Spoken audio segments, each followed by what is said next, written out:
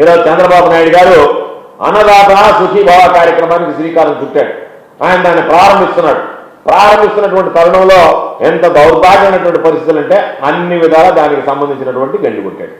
54 లక్షల మందికి వైఎస్ఆర్ కాంగ్రెస్ పార్టీ ప్రభుత్వంలో ఇస్తే ఈ రోజు 47 లక్షలు అంటే 46,85,839 మందికి ఇస్తున్నానని ఆయన పత్రికా ప్రకటన ఇచ్చాడు.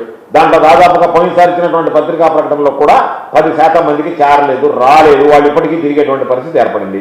కాబట్టి నువ్వు అన్నదాత సుఖీభవ పేరు పెట్టుకొని నేను ప్రతి సంవత్సరం 20,000 రూపాయలు ఇస్తానని చెప్పి కేంద్ర ప్రభుత్వం నిధులతో సంబంధం లేకుండా ఇస్తానని చెప్పి మొదటి సంవత్సరం ఎగ్గొట్టి రెండో సంవత్సరం వచ్చేటప్పుడు కేంద్ర ప్రభుత్వంతో కలిపిస్తానని చెప్పి 20,000 ఇవ్వాలన్నటువంటి నువ్వు 14,000 చేతిలో పెట్టి ఈరోజు మరలా మూడో విడతలో నేను ఇస్తున్నానని చెప్పినని కేంద్ర ప్రభుత్వం ఇచ్చేటువంటి నిధులను జోడించుకుని 5,000 నువ్వు ఇస్తా, 7,000 2,000 వాళ్ళకి కలిపి 7,000 అని చెప్పి ప్రకటించుకొని ఆ ఇచ్చేటువంటి దాంట్లో రైతులను కుదించి కౌలు రైతులు లేకుండా ఏది లేకుండా జగన్మోహన్ రెడ్డి గారి హయాంలో ఇచ్చినటువంటి ఆయన నియమబద్ధాలను పక్కన పెట్టి ఏ విధంగా సంఖ్య తగ్గించుకోవాలనేటువంటి ఒక దుర్మార్గమైనటువంటి ఆలోచన చేశావు. కాబట్టి ఇప్పటికైనా రైతులు గమనిస్తున్నారు.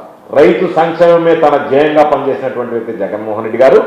రైతుల యొక్క ప్రయోజనాలకు భిన్నంగా వ్యతిరేకంగా పనిచేస్తున్నటువంటి వ్యక్తి చంద్రబాబు నాయుడు అనేటువంటిది ప్రజలకు స్పష్టంగా అర్థమైంది.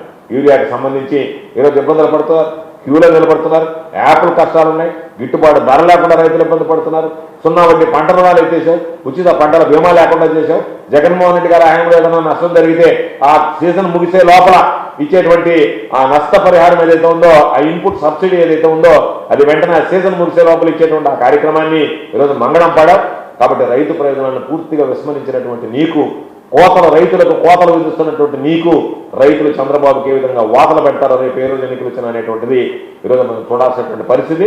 కాబట్టి 2 ఏళ్ల సంబరాలు ఈరోజు జగన్మోహన్ రెడ్డి గారు ఒక పిలుపునిస్తే చంద్రబాబు పాలన మీద 2 ఏళ్లకి వెన్నుపోటు, చంద్రబాబుకు సంబంధించినటువంటి వెన్నుపోటుకు 2 ఏళ్ల కార్యక్రమాన్ని వైఎస్ఆర్ కాంగ్రెస్ పార్టీ నిర్వహిస్తే ప్రజలు స్వచ్ఛందంగా పాల్గొన్నారు.